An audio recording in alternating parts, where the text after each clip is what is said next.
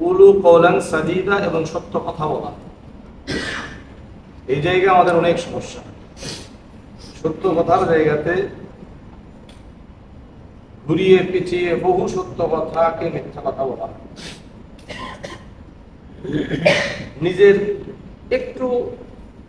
নিজেকে একটু মানুষের সামনে বড় করানোর জন্য মিথ্যা কথা,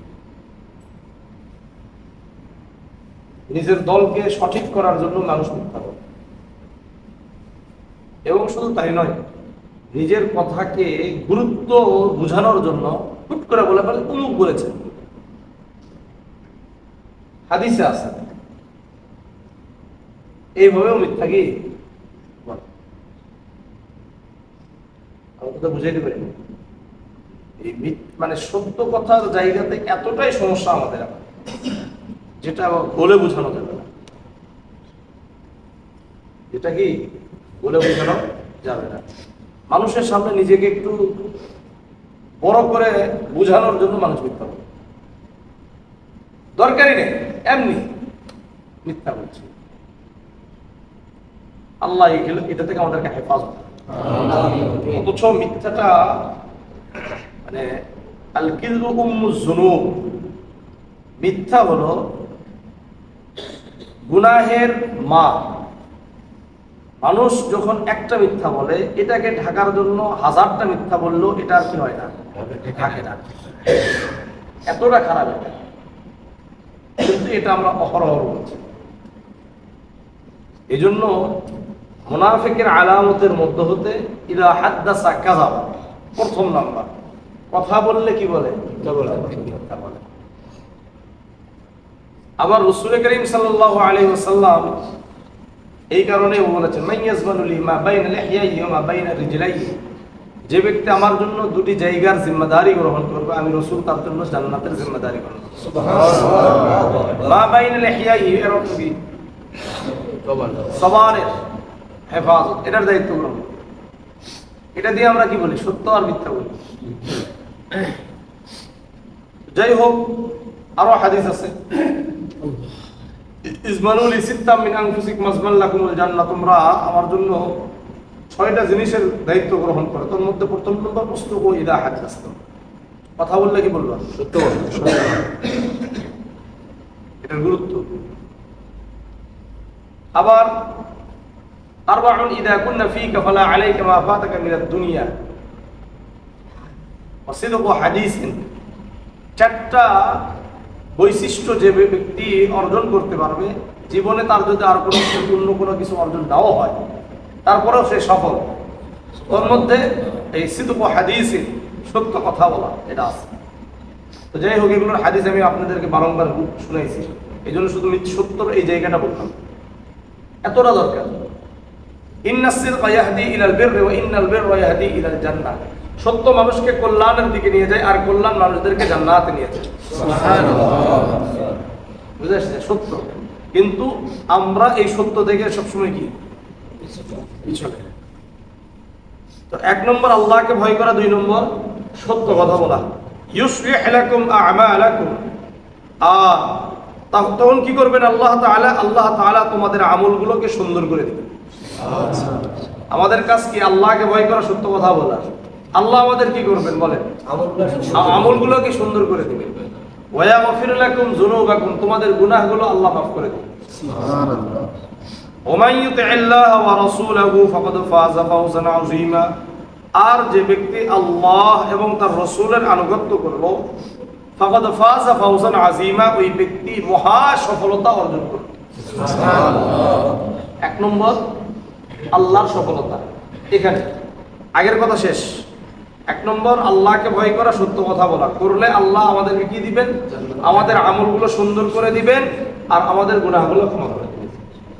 আবার যে ব্যক্তি আল্লাহ এবং তার রাসূলের আনুগত্য করবে, সে মহা সফলতা অর্জন করবে।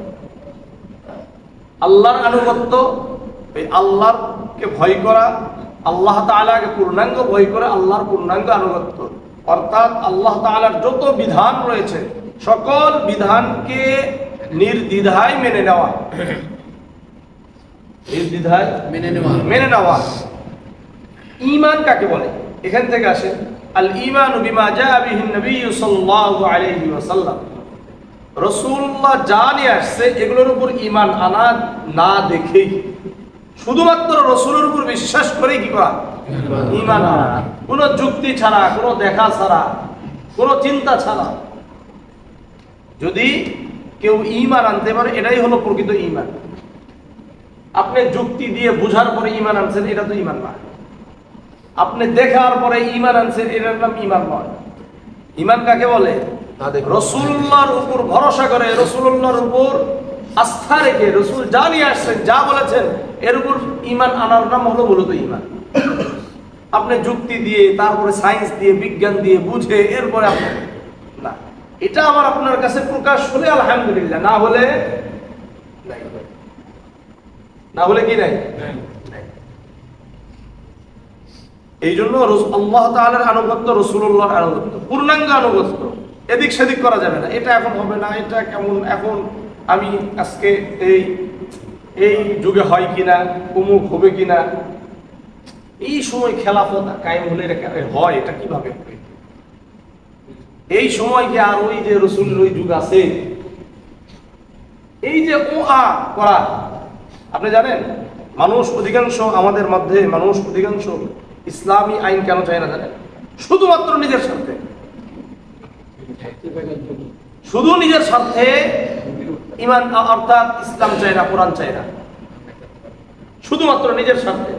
নিজে চিন্তা করে, হায় হায় যদি হয়ে যায় তাহলে তো আমার চুরি করলে সমস্যা আছে, আমি মিথ্যা বললে সমস্যা আছে, আমি 2 নম্বরই করতে পারবো না, বিভিন্ন জায়গায় আমি ধোঁকাবাজি করতে পারবো না, প্রতারণা করতে পারবো না, করলেই তো সমস্যা হয়ে যাবে। এই ভয়ে ইসলাম চাই না। নামাজ রোজা সব ঠিক আছে, খালি এটা থাকে। আপনি ভালো করে দেখেন, মূল কারণে আর অন্য কারণ, শুধু নিজের স্বার্থের জন্য, আর কিছু না। আমার নিজের স্বার্থে কি করবে, আঘাত লাগবে। অথচ এটা আমি আপনি বুঝলাম না কেন, যে এই কোরআন, এই সুন্নাহকে আপনি পূর্ণাঙ্গ মানতে পারবেন তখনই যখন আপনি এই কোরআনকে বাস্তবায়ন করবেন, এর আগে নয়। আপনি দেখেন, আমি একটা বুঝাই দিই আপনাদেরকে, এটা বুঝলে বুঝবেন। দেখেন, একটা ফাঁসিবাদ চলে গেল, এত কষ্ট করে আপনি পাঠিয়ে দিলেন, যাদেরকে আপনি ভালো করে মনে করেছেন, বুঝাই কি করছেন, দাঁড় করাইছেন না? এরা শিক্ষা সংস্কার এনে এরা আবার ওই নাস্তিকদেরকেই ঢুকিয়েছে, এলজিবি কি যে কেউ আছে অর্থাৎ সমকামিতা প্রমোট করা, এই সবগুলো আবার ঢুকেছে। শুধু খরচ তো হয়েছে, পাল্টায় গেছে। ওই আগের যে কি ছিল, নাস্তিক্যবাদী যে শক্তি ছিল, শুধুমাত্র আগে এরকম ছিল, এই দলের ছিল, এখন আরেক দলের, আর কিছু নেই, পরিবর্তন নেই। তারপরে আন্দোলন করে সরালো। এর ভিতরে আবার কি করছে, কোরআন এবং হাদিস অস্বীকারী, হাদিস অস্বীকারী আবু সাঈদ, একেবারে স্পষ্ট হাদিস অস্বীকারী। এরা কি কোথায় ঢুকেছে, ইসলামী আপনার যে বইগুলো আছে, ধর্মীয় শিক্ষা, এগুলোর যে সংস্কার, এগুলো কারে ঢুকেছে, আবু সাঈদ। আবু সাঈদ হলো 1 নম্বর হাদিস অস্বীকারী এ বাংলাদেশে। আপনি কি চিন্তা করবেন, কেন? এছাড়া এরা কে চিনে? এই বাংলাদেশে কি ইসলামিক স্কলারের অভাব পড়ছে? বলেন আপনি না। তাহলে এরা ঢুকেই কি? হ্যাঁ, একটা কথা ভালো করে মনে রাখবেন, এগুলো হাদিস অস্বীকারী আরো আছে। আমার কথা হলো ভালো করে বুঝে, এই বাংলাদেশে ইসলামিক স্কলারের অভাব আছে? কোরআন হাদিস বুঝে এরকম মানুষের অভাব আছে? কত আছে। এদের সাথে কারোর সাথে কোনো সম্পর্ক নাই, প্যান্ট শার্ট পরা, মাথায় কোনো টুপিও থাকে না, শুধুমাত্র কিছু এখানে কি রাখছে, দাড়ি রেখা দিয়ে বসে আছে। আর এদিকে সহিহ বুখারী সব হাদিস অস্বীকার করে, অমুক হাদিস অস্বীকার করে, তমুক হাদিস অস্বীকার করে। একটা হাদিসকে যদি কেউ অস্বীকার করে, সে অস্বীকার করে। কোন হাদিসকে অস্বীকার করার কোন সুযোগ আছে? অথচ এরা ঢুকে বসে আছে। এই জন্য এর কারণটা মূল হলো ওই যে, মূলত আপনি যত একজনের পর আরেকজনকে নিয়ে আসেন, লাভ হবে না যতক্ষণ পর্যন্ত কোরআন এবং সুন্নাহর আলোকে আপনি কি করতে পারবেন না, দেশকে পরিচালনা করতে পারবেন না। এটা সমস্যা। আপনি পারবেন না, লেখা রাখেন কিয়ামত পর্যন্ত। আপনার আমার রক্ত যাবে, শহীদি নাম, এটা কি ইসলামের না অন্য কিছু? ইসলামের। যতগুলো ছেলেরা মারা গেছে, যত মানুষ মারা গেছে সবার শহীদ দিলেন আপনি। আপনি শহীদ বলতেছেন আর আপনি কোরআন এবং হাদিসের শহীদি শব্দের বিপরীত কাজ করবেন, এটা কিভাবে সম্ভব বলে? সম্ভব না। তাহলে রক্ত ঝরাবে একজন আর আমার নাম কি এটার সুযোগ সুবিধা নিবে আরেকজন, এটা দেওয়া যাবে না। আল্লাহ বুঝার তৌফিক দান। ইন্না আরাদনাল আমানাতা আলাস সামাওয়াতি ওয়াল আরদি ওয়াল জিবাল, আল্লাহ বলেন আমি আমানতকে আসমান এবং জমিনের উপরে এবং পাহাড়ের উপরে বললাম, এই তোমরা আমানত গ্রহণ করো। আমানত অর্থ হলো ইতাআত, আনুগত্য, আল্লাহর প্রতি আনুগত্য, রাসূলুল্লাহর প্রতি আনুগত্য। এটা আমি বললাম আসমানকে, এই তুমি গ্রহণ করো। জমিনকে বললাম তুমি গ্রহণ করো। পাহাড়কে বললাম তুমি গ্রহণ করো। ফাআবাইনা আন ইয়াহমিলাহা, এই আসমান জমিন পাহাড় এগুলোকে অস্বীকার করলো যে না না আমরা তো এটা পারবো না। আমানত মানে হলো ইতাআত, এটা তো অনেক কঠিন একটা ব্যাপার। ওয়াশফাকনা মিনহা, এটা থেকে তারা সরে আসলো। ওয়া হামালাহাল ইনসান, কিন্তু মানুষ এটাকে গ্রহণ করেছে। ইন্নাহু কানা যালুমান জাহুলা, খালি সুবহানাল্লাহ বলেন না, ইন্নাহু কানা যালুমান জাহুলা, অথচ এই মানুষ জালেম জাহেল, গ্রহণ করেছে কিন্তু আসলে কি কাজ করে না। এটা হলো আমাদের অবস্থা। আমরা গ্রহণ করেছি কিন্তু কি না, আসসালামু আলাইকুম ঠিক আছে করে দেবনি, কিন্তু এরপরে আর কি নেই, খবর নাই। ইতাআত এতটা বেশি জরুরি। কোরআন সুন্নাহর আলোকে ইতাআত করা, আনুগত্য করা, আল্লাহর রাসূল। আমি গতকাল বলেছি, একজন সাধারণ মানুষ কি বলছে, নবী के सामने हमारे कारोबार नहीं है, कुछ नहीं है, इसको छोड़ दो। আল্লাহ রাসূলের বিধানের জায়গাগুলোতে কাউকে কোনো সম্পর্ক নেই। সাহাবায়ে কিরাম রাদিয়াল্লাহু তাআলা আনহুদের অবস্থাগুলো দেখেন না। বদরের যুদ্ধে তারা কি পিতামাতাকে ছাড় দিয়েছে নাকি? ভাইকে ছাড় দিয়েছে? কাউকে ছাড় দিয়েছে না, কাউকে ছাড় দেয়। কোরআন এবং হাদিসের জায়গাতে কারো ছাড় নাই। কোরআন এবং হাদিসের জায়গাতে কাউকে কি করা যাবে না, কারোর সাথে আপোষ করা যাবে না। এটা আপনার হুজুরের সাথে আপোষ করা যাবে না, আপনার ইমামের সাথে আপোষ করা যাবে না, আপনার বাবা আমার বাবার সাথে আপোষ করার কোনো সুযোগ নাই। কোরআন হাদিস যখন চলে আসবে আমরা সবকিছুকে ছেড়ে দেবো, করা যাবে ইনশাআল্লাহ। যদি না করেন তাহলে কি হবে? ইউআযযিবুল্লাহুল মুনাফিকিন ওয়াল মুনাফিকাত, আল্লাহ তাআলা মুনাফিকদেরকে, মুনাফিক পুরুষ মুনাফিক নারীদেরকে আল্লাহ তাআলা শাস্তি দিবেন। ওয়াল মুশরিকিন ওয়াল মুশরিকাত, মুশরিক পুরুষ মুশরিক নারীকে আল্লাহ তাআলা শাস্তি দিবেন। ওয়া ইয়াতুবুল্লাহু আলাল মুমিনিনা ওয়াল মুমিনাত, আল্লাহ তাআলা মুমিন এবং মুমিন পুরুষ মুমিন নারীদের তাওবাকে আল্লাহ কবুল করবেন। তাহলে করা যাবে ইনশাআল্লাহ। আমরা মুমিন হব, আমাদের ভুল হতেই পারে, কিন্তু আল্লাহর কাছে আমরা যদি তাওবা করি আল্লাহ ক্ষমা করে দিবেন। কি করবেন? ক্ষমা করে দিবেন। বুঝে আসছে ইনশাআল্লাহ। তাওবা কাকে বলে? এক নম্বর হলো অনুতপ্ত হওয়া। এক নম্বর কি? অনুতপ্ত হওয়া। দুই নম্বর কাজকে ছেড়ে দেওয়া। তিন নম্বর এই কাজ আর আমি কোনোদিন করব না, এর জন্য প্রতিজ্ঞাবদ্ধ হওয়া। চার নম্বর যদি আমার আপনার এই গুনাহটা আল্লাহর সাথে না হয়, আল্লাহর সাথে হলো এই তিনটা, ছেড়ে দেওয়া, এরপরে অনুতপ্ত হওয়া, আর কখনো আগামীতেও করব না। এই তিনটা কার সাথে? আল্লাহর সাথে যদি সম্পৃক্ত হয়। কিন্তু যদি এই গুনাহটা বান্দার সাথে সম্পৃক্ত হয়, বান্দার টাকা মারছেন, আত্মসাৎ করছেন, গালি দিয়েছি, থাপ্পড় দিয়েছি, এই বহুভাবে আমরা গুনাহের মধ্যে লিপ্ত আছি কি নাই? এটাই তো বেশি। বান্দার হক আমরা যদি নষ্ট করি, এটা বেশি না? এই যে বান্দার হক যদি নষ্ট করেন, তাহলে 4 নম্বর ওই বান্দার কাছে, যে বান্দাকে আপনি গালি দিয়েছেন, আমি গালি দিয়েছি, বান্দার সাথে আমি খারাপ আচরণ করেছি, টাকা আত্মসাৎ করেছি, ঋণ নিয়ে ঋণ আর দিই নাই, তার সাথে আর কোনো খোঁজ খবর নাই, কথা দিয়ে কথা রাখি নাই, বিভিন্নভাবে যে আমরা বান্দার হকগুলো নষ্ট করি। বান্দার হক নষ্ট করি না? রাস্তাঘাটে নষ্ট করে বসে আছি, বিশেষ করে প্রতিবেশীর হক নষ্ট করি, স্ত্রীর হক নষ্ট করি, স্বামীর হক নষ্ট করি, সন্তানের হক নষ্ট করছি। এই যে হকগুলো নষ্ট করি যা, এগুলো ওই যার হক নষ্ট করেছে তার কাছে ক্ষমা চাইতে হবে। তার কাছে কি করতে হবে? ক্ষমা চাইতে হবে। সে যদি না থাকে, তার উত্তরসূরি যারা আছে তাদের কাছ থেকে ক্ষমা চাইতে হবে। ক্ষমা চাইলে সে যদি ক্ষমা করে তাহলে ক্ষমা পাবেন, না ক্ষমা পাবেন। এটা মারাত্মক না বিষয়টা? আল্লাহ তাআলা আমাদের সবাইকে সহিহ বুঝ দান করেন। আল্লাহর আনুগত্য করব তো ইনশাআল্লাহ, রাসূলুল্লাহর আনুগত্য করব তো ইনশাআল্লাহ, সত্য কথা বলবো, মিথ্যা বলবো না। আল্লাহ আমাদের সবাইকে সকল প্রকার খারাপি থেকে হেফাজত করেন। আমিন। আল্লাহ তাআলা আমাদের সবাইকে কবুল করেন।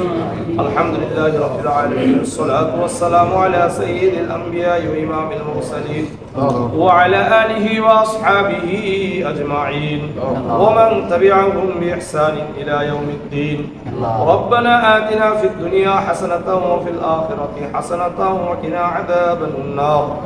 ربنا اغفر لي ولوالدي وللمؤمنين يوم يقوم الحساب. رب ارحمهما كما ربياني صغيرا. اللهم إنا نسألك الجنة ونعوذ بك من النار. اللهم اكفني بحلالك عن حرامك وأغنني بفضلك عمن سواك. يا رب العالمين. জুমার দিন আল্লাহ ফজরের সালাত আদায় করে কিছু কোরআন থেকে আল্লাহ আপনার হাদিস থেকে, আপনার হাবিবের হাদিস থেকে কিছু কথা বললাম, আলোচনা করলাম। আয় আল্লাহ একমাত্র আপনাকেই ভয় করার তৌফিক দান করেন। আয় আল্লাহ তাকওয়া অর্জন করার তৌফিক দান করেন। আয় আল্লাহ সত্য কথা বলার তৌফিক দান করেন। আল্লাহ আপনার এবং আপনার হাবিবের আনুগত্য করার তৌফিক দান করেন। আয় রব্বুল আলামিন, যেই আনুগত্যের আমানতের ইয়া রাব্বুল আলামিন আমরা দায়িত্ব গ্রহণ করেছি, আল্লাহ এই দায়িত্ব পূর্ণাঙ্গভাবে পালন করার তৌফিক দান করেন। আল্লাহ মুনাফিকি থেকে আমাদেরকে আপনি হেফাজত করেন। ইয়া রাব্বুল আলামিন, মুনাফিকি থেকে আল্লাহ আমাদেরকে আপনি হেফাজত করেন। আয় আল্লাহ আপনার আনুগত্য ইয়া রাব্বুল আলামিন পূর্ণাঙ্গভাবে করার তৌফিক দান করেন। আপনার হাবিবের আনুগত্য পূর্ণাঙ্গভাবে করার তৌফিক দান করেন। ইয়া রাব্বুল আলামিন, বাংলাদেশ সহ সারা বিশ্বে যত ঈমানদার মুসলমান নির্যাতিত হচ্ছে, আল্লাহ প্রত্যেককে আপনি হেফাজত করেন। হে আল্লাহ ঈমানের বলে বলিয়ান হওয়ার তৌফিক দান করেন। হে রব্বুল আলামিন, সামনে অগ্রসর হওয়ার তৌফিক দান করেন।